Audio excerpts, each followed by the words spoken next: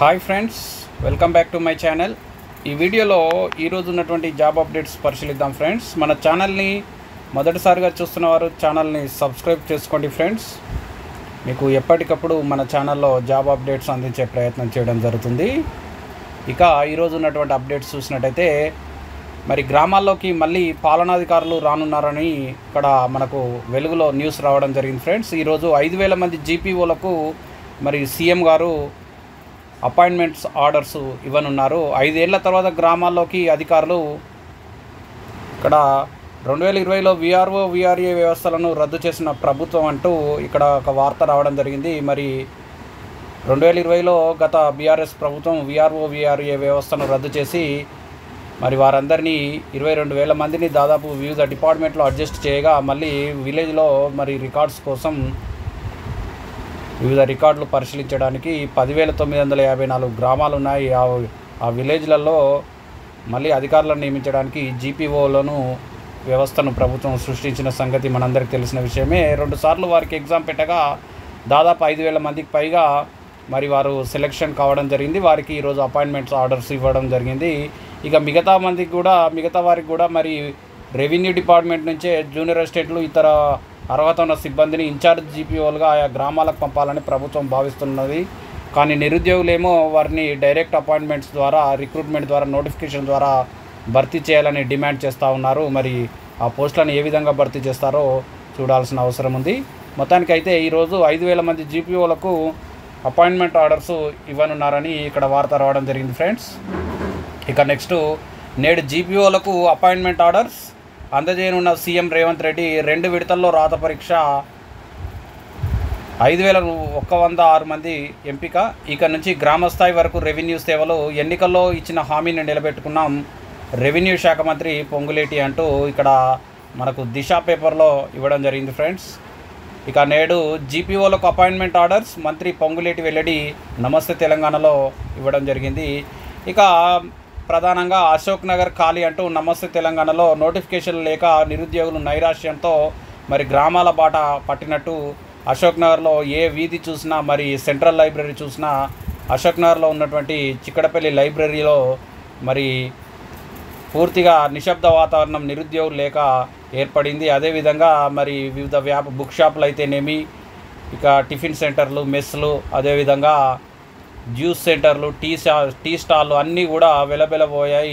Notification లేక మరి అందరూ ఇంటిబాట పట్టారు. ఎంతో నైరాశ్యంతో కాంగ్రెస్ ప్రభుత్వంతో గంపెడంత ఆశలు పెట్టుకొని వారి హామీలను నమ్మి ఈరోజు మోసపోయామని నిరుద్యోగులు భావిస్తున్నారని ఇక్కడ వార్త ఇవ్వడం జరిగింది ఫ్రెండ్స్. మరి వారంతా ఇంటి ముఖం పట్టారు నోటిఫికేషన్లు లేక. ఇక మరి గతంలో జరిగిన నోటిఫికేషన్లు కూడా ఇంకా రిజల్ట్స్ చాలా పెండింగ్లో ఉన్నాయి.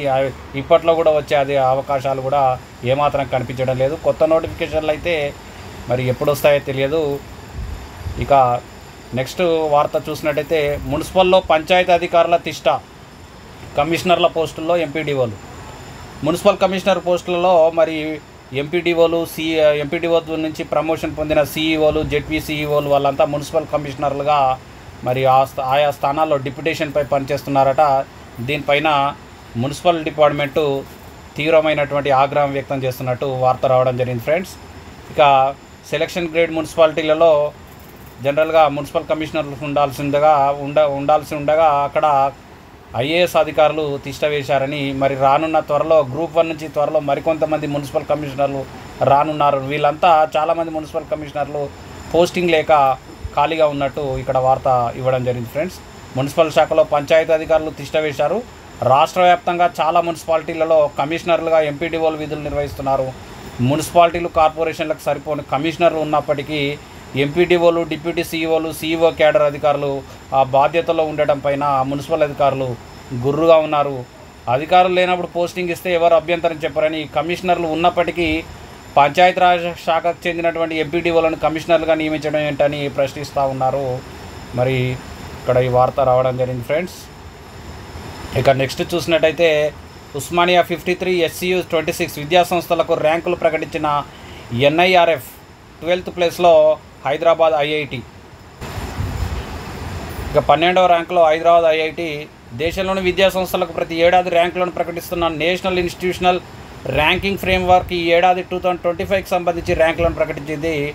ప్రతిష్టాత్మకంగా ఎన్ఐఆర్ఎఫ్ ర్యాంకుల్లో 100,000కు పైగా చరిత్ర కలిగిన ఉస్మానియా విశ్వవిద్యాలయం తన ర్యాంకును గతం కంటే మెరుగుపరుచుకొని గతంలో 70వ ర్యాంకు ఉండగా ఈసారి 53వ ర్యాంకుకు ఎగబాకింది. ఐఐటి హైదరాబాద్ తన ర్యాంకును పదిలంగా 12th ప్లేస్లో ఉంచుకుంది.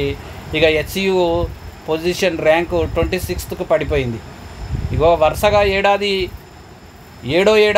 ఏడో ఏడాది కూడా ఐఐటి మద్రాస్కు టాప్ ర్యాంకింగ్.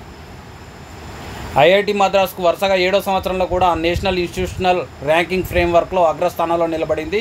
అదేవిధంగా అత్యుత్తమ విశ్వవిద్యాలయంగా బెంగళూరులోని ఇండియన్ ఇన్స్టిట్యూట్ ఆఫ్ సైన్సెస్ వరుసగా 10వ సంవత్సరంలో కూడా టాప్ ర్యాంకును నిలబెట్టుకుంది. గురువారం ఈ ర్యాంకింగ్ను ఎన్ఐఆర్ఎఫ్ విడుదల చేసిందని ఇక్కడ వార్త ఇవ్వడం జరిగింది. ఫ్రెండ్స్,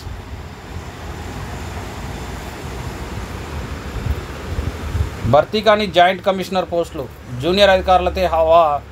వాణిజ్య పన్నుల శాఖలో కమిషనర్ ట్యాక్స్ డిపార్ట్మెంట్లో ఇక్కడ వార్త రావడం జరిగింది. ఫ్రెండ్స్,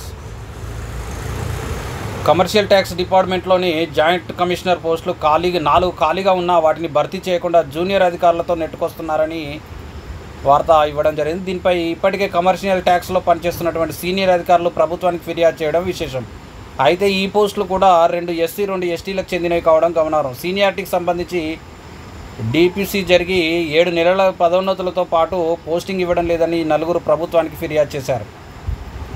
ఇక నెక్స్ట్, మరి సర్వేపల్లి స్ఫూర్తితో విద్యారంగం అభివృద్ధిపై దృష్టి, పాఠశాల నుంచి వర్సిటీ వరకు ప్రత్యేక దృష్టి, విద్యాశాఖకు అత్యధిక ప్రాధాన్యం ఇస్తున్న ముఖ్యమంత్రి నియామకాలు పదోన్నతులతో గురువులకు పెద్దపీట వేస్తున్నారని, మొత్తానికి ఈ ప్రభుత్వం విద్యాశాఖకు ప్రాధాన్యం ఇస్తుందని ఇటీవలే టీచర్లకు హెచ్జిటీల నుంచి స్కూల్ అసిస్టెంట్లుగా, హెచ్జిటీల నుంచి ప్రైమరీ స్కూల్ హెచ్ఎంలుగా, స్కూల్ అసిస్టెంట్లకు గెజిటెడ్ హెచ్ఎంలుగా, అదేవిధంగా గతంలో 1 year బ్యాక్ జూనియర్ లెక్చరర్ల అపాయింట్మెంట్స్, అదేవిధంగా వివిధ అపాయింట్మెంట్ జరిపి విద్యాశాఖ వివిధ యూనివర్సిటీల్లో కూడా పోస్టులను భర్తీ చేస్తూ మరి విద్యాశాఖకు ప్రాధాన్యం ఇస్తుందని ఇక్కడ వార్త ఇవ్వడం జరిగింది. ఫ్రెండ్స్, ఇక ఓయూకు 53rd ర్యాంక్, ఓవరాల్ ర్యాంకింగ్స్లో ఐఐటి మద్రాస్కు టాప్ ర్యాంక్, ఎన్ఐఆర్ఎఫ్ ర్యాంకులు విడుదల చేసిన కేంద్రం.